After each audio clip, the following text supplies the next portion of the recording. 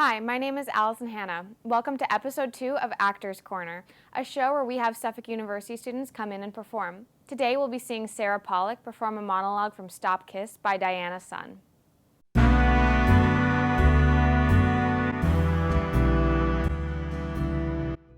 They finished building that building across the street from your apartment. Wake up now. Can you hear me, Sarah? Open your eyes. Open your eyes. They're going to start you on physical therapy tomorrow. Just the little stuff. Range of motion. Something to get your blood moving. You've gotten all these cards and letters. I'll read them to you later.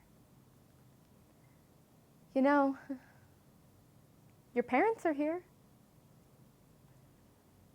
They're doing their best. I think they're doing okay, considering they look at me. Your parents look at me like I'm some dirty old man.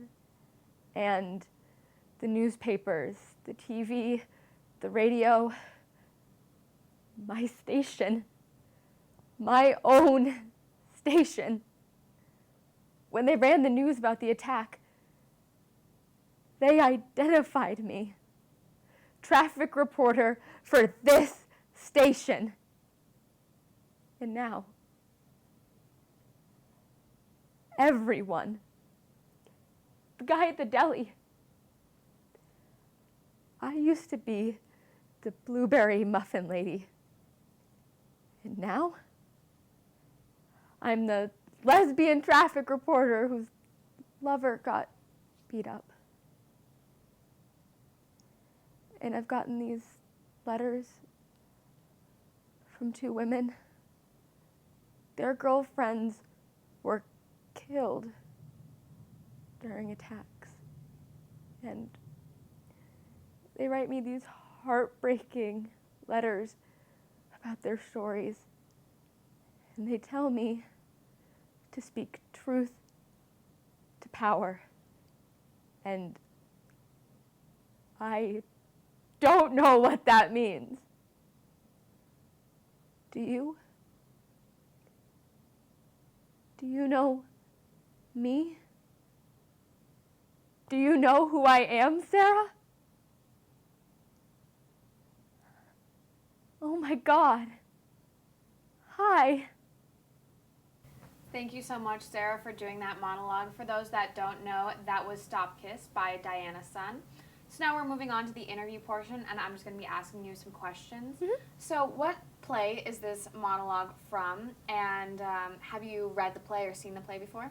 Yes, so the play is Stop Kiss, and I have had the great opportunity of seeing it before. I saw it, I think, 6 years ago now. And I've also read the play. I think I remember I downloaded the PDF right after I saw it the first time because I was like, this is awesome. I'm going to keep this with me. I don't want to forget this. I read a news article about the play, and it's super, super interesting. So, and correct me if I'm wrong, but a part of the play is that she gets outed by the news station or the radio station that she works for, and that's kind of like a big component to this love story between the 2 women. So first of all, the protagonist is kind of finding out that she's a lesbian, has her first kiss with a woman, and then her partner gets attacked and she gets outed. So it's kind of like a tumble from there. Yeah, it's a very heavy topic, and not only is she going through being outed, but so is the person that got beat up. And I believe that her parents are pretty conservative, and they were living in a different state, so they had to come up all the way to see her. I think she was engaged or something to the other one, to a man, but she didn't love him because she was a lesbian, and she was figuring that out through this, and then she ended up getting attacked. Yeah. So. Yeah, I think this is a great monologue to do for any actors who want a dramatic monologue. It goes really deep into a character, and I think all the characters in this play are very multidimensional. Can you describe what influenced you to pursue acting? I don't know. In high school, I acted a lot. I done a lot of like shows. I never had any of like the big parts, but I just loved it. I loved being on stage and just having like the lights blinding me. I don't know, it's a nice feeling, and like knowing people are there but you cannot see them, and then you're being a different person. Like there's just something almost comforting about that to me. I just like being on stage. And I have bad social anxiety normally too. So to be able to do that without having stage fright was very interesting. I was like, I don't know why I'm able to do this, but there's just something about the dark audience and the lights. Yeah, people always ask me like, oh, aren't you scared of like seeing a whole crowd of people while you're performing? And I'm like, honestly, I can't see them. The lights are so bright. Like, you're also kind of in the zone, and I think when you're like in the zone acting, you're like doing your character, like nothing else matters in that moment. And I think that's definitely what influenced me to pursue acting. So what steps as an actor do you take to fully understand the character in a story? Like what do you work in your acting classes to like fully understand this character in this monologue? So I like to, number one, read it several times and really understand where this character is coming from. And then if I don't get enough background on the character, it's all about creating that background and being able to really dig into who that character is as a person. So not only do you have the text, but you also have what you think of the character, who this person is. And then sometimes I draw in a little bit of like personal connection, and I bring in, if I have like my own experiences or just kind of like my own emotions from like previous like events, and try to bring that into it. Yeah, that's great. Background information and research, I think, is always important when learning a monologue and delving into a character. Can you describe your most challenging role to date? Ooh, I'm not too sure. I have to think about that for a second. That's a hard question. Yeah, we can always come back to that one. Yeah, it's a hard question. Honestly, to me, even like smaller roles can be challenging. Like when you're there just as much as the people who have like the majority of the lines, and you have like one line and then you go off stage. I remember I was in 12 Angry Jurors and I played the guard and I had like 2 lines, and everyone was on stage the whole time and I just sat backstage.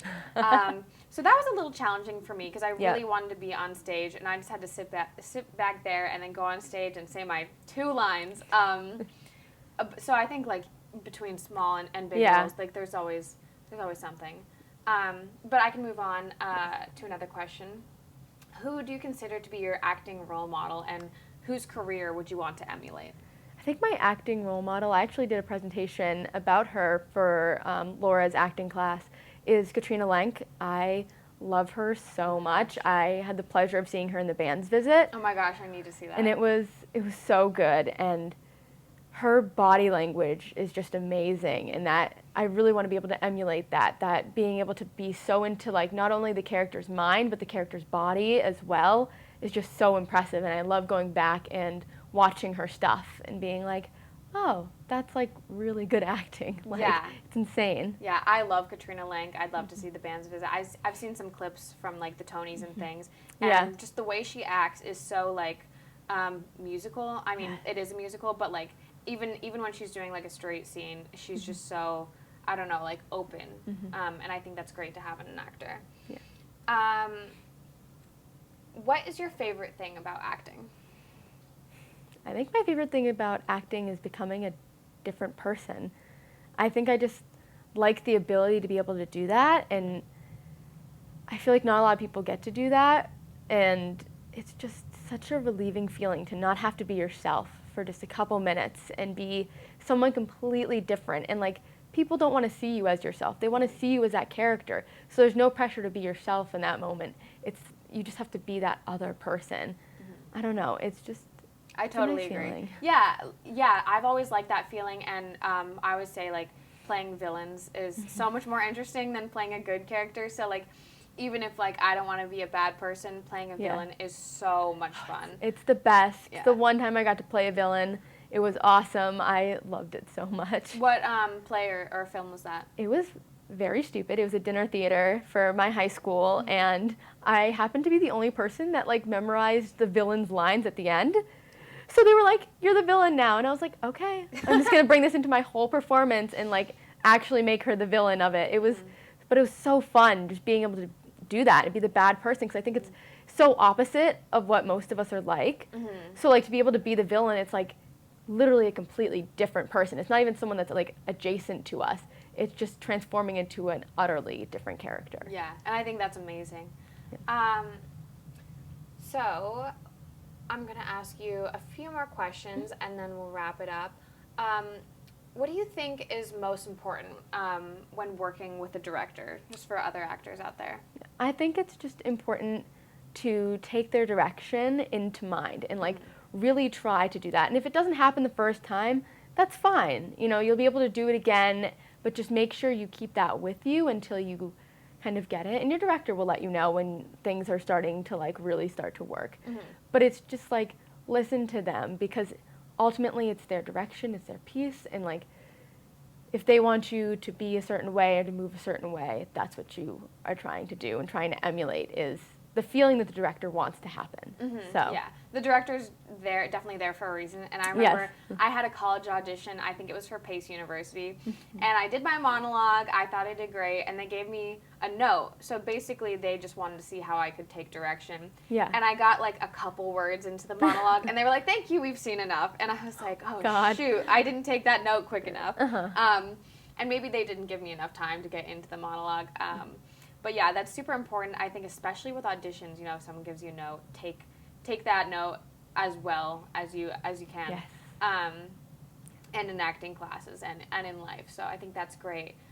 And yeah, I'm just gonna ask you the last question. What do you want other people to know about actors, acting, the entertainment industry, theater?